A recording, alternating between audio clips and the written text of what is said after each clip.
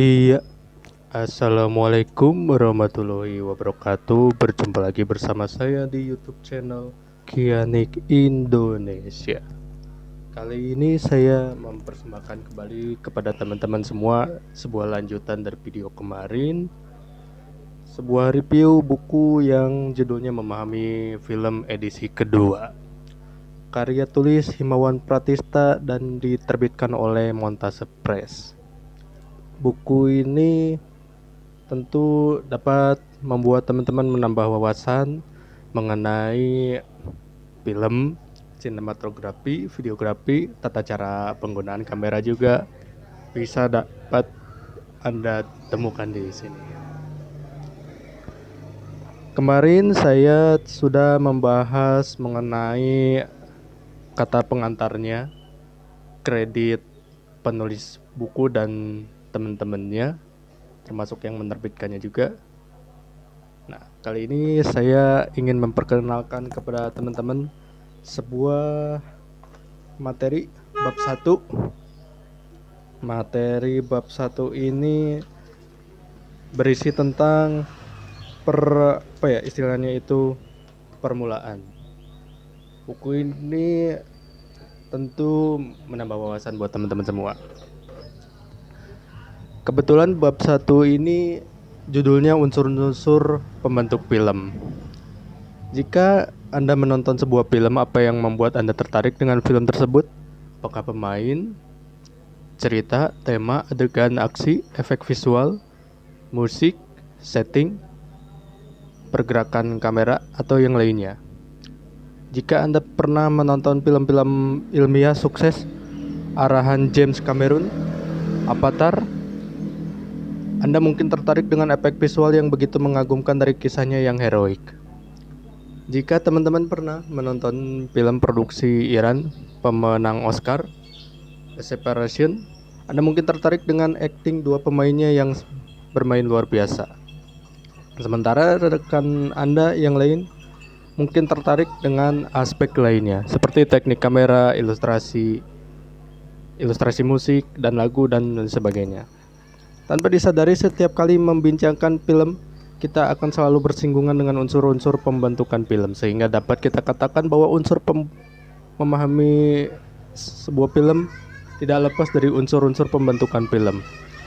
Pemahaman terhadap unsur-unsur pembuat film tentu akan banyak membantu kita memahami film secara mendalam dan menyeluruh. Terus ada subbab yang isinya unsur naratif dan unsur sinematik. Film secara umum dibagi atas dua unsur pembentuk, yaitu unsur naratif dan unsur sinematik. Dua unsur tersebut saling berinteraksi dan berkesinambungan satu sama lain untuk membentuk sebuah film.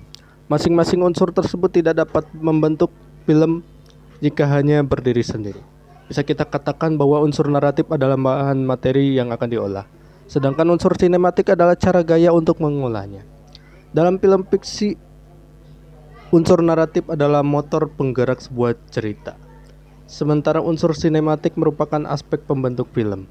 Unsur sinematik terbagi menjadi 4 elemen pokok, yakni mise en scene, sinematografi, editing, dan suara.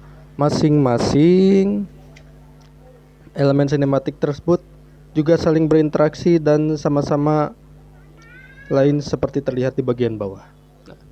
Film itu terbagi jadi dua ya. Yang pertama unsur naratif dan unsur sinematik. Unsur naratif lebih ke unsur ceritanya, sedangkan unsur sinematik lebih ke teknisnya. Teknisnya diantaranya mise en scene, sinematografi, editing, dan suara. Unsur naratif berhubungan dengan aspek cerita film. Setiap film fiksi tidak mungkin lepas dari unsur naratif karena dalam cerita pasti memiliki unsur-unsur seperti tokoh, masalah, konflik, lokasi, dan waktu. Seluruh elemen tersebut membentuk unsur naratif secara keseluruhan.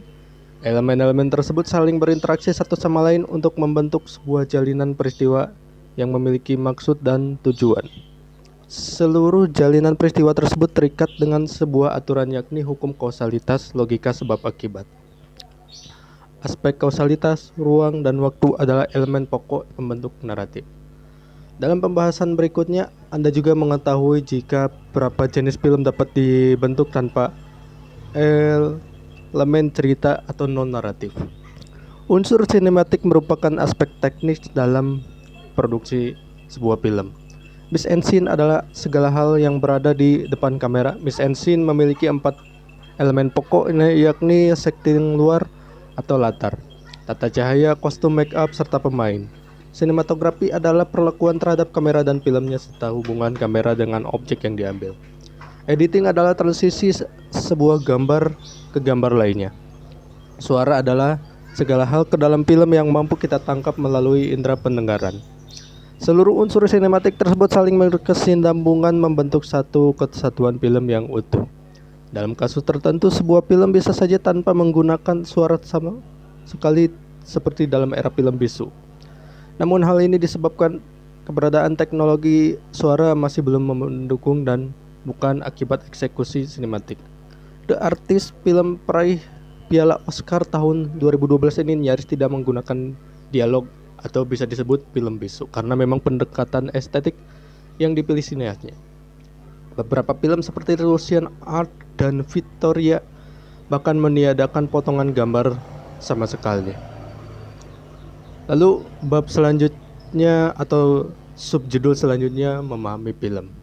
Bahan baku yang memadai belum tentu menghasilkan sesuatu yang baik jika kita salah mengolahnya. Demikian pula sebaiknya sebuah film dengan cerita atau tema kuat menjadi tidak berarti tanpa pencapaian sinematik yang memadai. Pencapaian sinematik yang istimewa tidak dapat berarti dapat tanpa pencapaian naratif yang memadai. Bagaimana kita mengukur pencapaian naratif maupun sinematik yang memadai tersebut? Misalnya dengan adegan seorang wanita yang bersedih digambarkan dengan shot close up sang wanita sedang menangis diiringi alunan musik biola yang menyayat hati. Apakah adegan tersebut dikatakan telah memadai? Ya dan tidak. Sineas dapat memilih alternatif bentuk apapun asalkan sesuai dengan konteks naratifnya.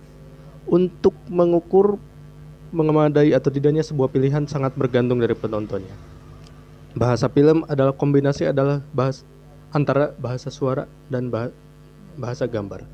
Sineas menawarkan sebuah solusi melalui dirinya, melalui harapan agar diterima dengan baik oleh orang yang menonton. Pengalaman mental dan budaya yang dimiliki penonton juga mempengaruhi pemahaman penonton terhadap sebuah film. Secara sadar maupun tidak, inilah mengapa setiap orang bisa memiliki opini atau pendapat yang berbeda tentang sebuah film.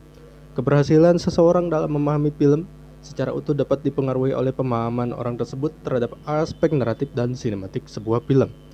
Kedua unsur tersebut apapun bentuknya pasti memiliki norma bahasan yang bisa diukur.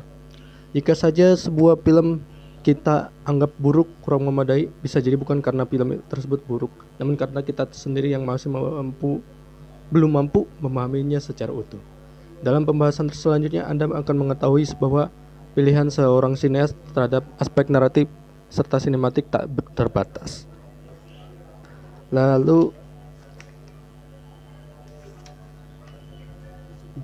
kita lanjut ke bab selanjutnya, jenis film. Tapi sebelum lanjut ke bab 2 yang judulnya jenis film, saya himbau kepada teman-teman untuk kasih like sebanyak-banyaknya, terus komen yang positif dan juga membangun, terus juga subscribe dan share kepada teman-teman semua agar YouTube channel Kianik Indonesia semakin berkembang. Terima kasih, sekian dulu video dari saya. Mohon maaf apabila ada kesalahan. Wabillahi taufiq wal hidayah. Wassalamualaikum warahmatullahi wabarakatuh.